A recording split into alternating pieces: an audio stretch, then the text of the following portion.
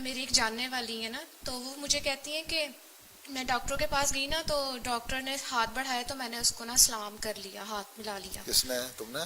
نہیں، وہاں پر ایک آنٹی ہے ہماری جماعت اچھا میں. آنٹی نے کر لیا. اچھا تو میں نے ان کو کہا کہ آنٹی کہ ہاتھ ملانا تو منع ہے، بھلے ڈاکٹر ہے بھلے کوئی بھی ہے. تو کہتی ہے نہیں اس کے دل میں نہ برائی تھی نہ میرے دل میں، تو ہاتھ ملانے سے کچھ نہیں ہوتا. اچھا تو غلط کہتی ہیں وہ. یہ کہاں لکھا ہوا ہے کہ برائی نہیں ہے؟ میں یہ تو پہلے بتایا کہ اسلام کے جو احکامات ہیں نا وہ کم از کم کسی امکان کو بھی رد کرنے کے لیے امکان دیے ہیں. کس نے لکھا ہوا ہے 100 میں سے 80-90 جو ہیں جو ہاتھ مرد عورتیں ملا بھی لیتے ہیں تو کسی کے دل میں برائی نہیں ہوتی.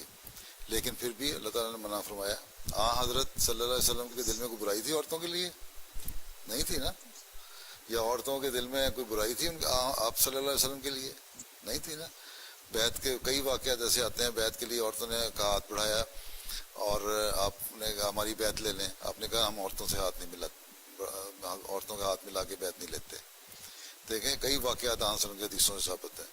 جب حضرت صلی اللہ علیہ وسلم نے سے یہ ثابت ہے، بیعت جو بالکل ایک پاکیزہ ذریعہ طریقہ کار ہے، اور پھر حضرت صلی اللہ علیہ وسلم کا مقام، اس کے باوجود آپ نے فرمایا کہ میں عورتوں سے ہاتھ نہیں ملاتا.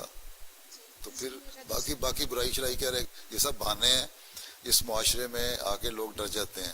ٹھیک ہے، بجائے اس کے کہ اپنی تعلیم بتائیں اور اپنا ایمان مضبوط ہو، ان کے ماحول میں ڈھلنے کی وجہ سے یہ بزدلی ہے. ٹھیک ہے، وہ جو اینٹیز آپ کی تھی نا، خالہ مامی چاچی جو بھی تھی، جو بھی تھی جماعت کی جو بزرگ بھی تھی نا، اگر تو انتہائی بزدل عورت تھی.